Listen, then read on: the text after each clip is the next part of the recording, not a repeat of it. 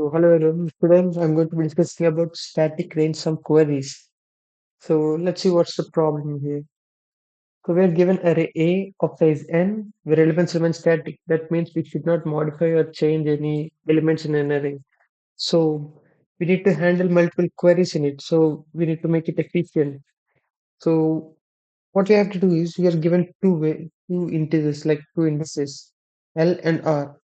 So we need to find the sum of the elements in between L and R and return that value. So some key points to remember here is we should not change the array or modify the array. And we need to deal with multiple queries. So we need to take them up with a more optimized solution for this. So what happens here? Query processing. So first we need to initialize an array. So user need to give the elements here. And first we once we done with the initialization, then user gives to user give to indices which are L and R.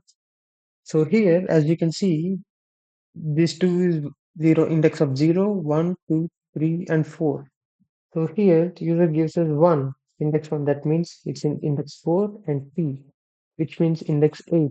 So what we need to do is we need to return the sum of these three elements. That means A of 1 plus A of 2 plus A of 3, which gives a total of 18.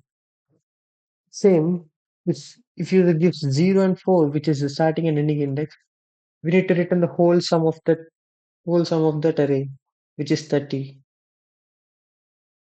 Well, for the brute force approach, so we usually initialize the array, and for each query we take L and R from user, and we just calculate the whole sum of them and return the value.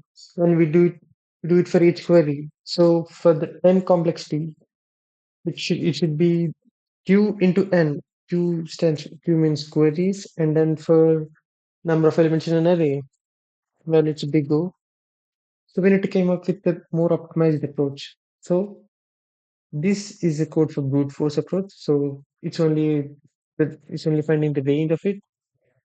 So here what we're doing is whenever we call L and R, we're just doing we're just doing the normal sum of all the elements in it and returning the value. And we need to repeat this all few times. And for more optimal solution, but first we need to create a prefix array. So prefix array is nothing but if you take an element A of I contains the sum of all the previous elements from it. As you can see here. So build an auxiliary array where each element stores cumulative sum of from start. So what it means is so when you take A of I, so A of I stores all the sum of from A of 0 to A of I and stores in A of I. Let me show you with example. Okay, this is the sum. I mean, this is the problem. So what we are doing is first we are declaring the prefix array according to our array, current array, and after that we need to. So whenever you need to find range in this, so you just need to go to r that r indices. You need to subtract l indices from that. So I'll show you with animation later. So this is time complexity. So with brute force approach, you get time query of big of n and space complexity big of 1. And it's actually q into n brute force. So in prefix, the processing time is big of 1 and query time is big of 1 and space is n.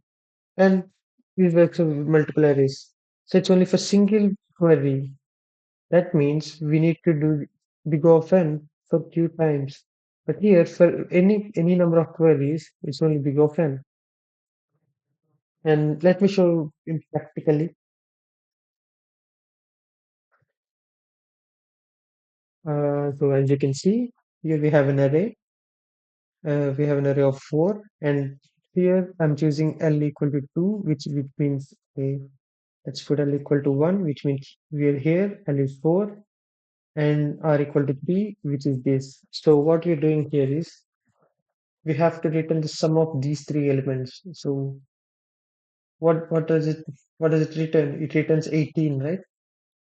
So here we have a pre-processing array, so we haven't done it yet. So let's do pre-processing.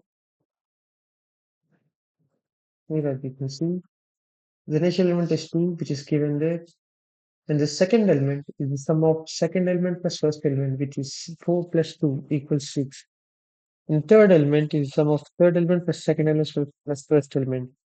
Like that, it goes on like this. So in brute force, we can get it anyways, but when you pre when you use pre-processing, so all you need to do is just get R element of prefix array, it's 20, and remove the you need to remove L minus one from the R indices. So R is 20, you need to remove L minus one value, which is 2, which returns 18.